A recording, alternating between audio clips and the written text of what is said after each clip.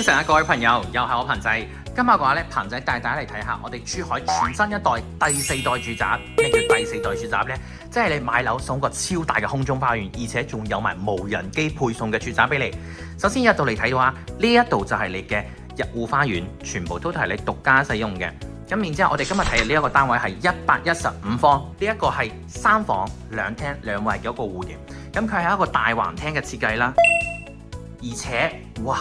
佢呢度做咗一個 LDKG 嘅可以開放式、可以封閉式嘅廚房嘅設計，咁就令到你成個屋企嘅空間非常之空闊、非常之舒服啊！咁呢一度嘅話呢，就做咗個雙開門雪櫃嘅一個凹位，可以擺翻你哋嘅靚靚雪櫃，然之後入邊可以擺啲餐飲人食。OK， 咁然之後你睇睇，哇！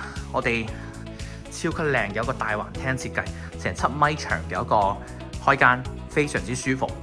咁然之後嚟睇睇我哋嘅房間啦，咁佢係左右兩邊動靜分區嘅，呢邊係其中一個公衛，乾濕分離做好晒。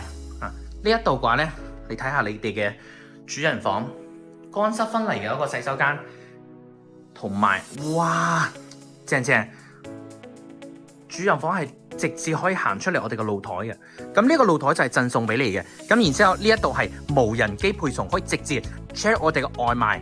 速遞送到你哋嘅空中花園度，咁然之後呢一邊嘅話呢，仲有個超級長嘅一個露台通道，望出嚟前面就毫無遮擋啦，咁然之後對面呢，就係我哋另外一棟樓，見到全部都係贈送呢啲大露台嘅，非常之舒適，咁然之後上邊嘅話呢，就係人哋嘅露台啦，咁我哋行翻嚟呢邊嘅廳睇睇，呢度呢，右邊仲有2間房嘅，呢一度係其中一間，我哋可以做書房啦，或者係雜物間。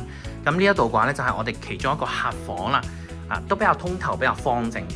呢個就係115方嘅一個全新第四代住宅，有埋無人機配送，而且係華發最新嘅一個設計。你哋會唔會中意呢？關注大鵬 channel 買樓全套服務。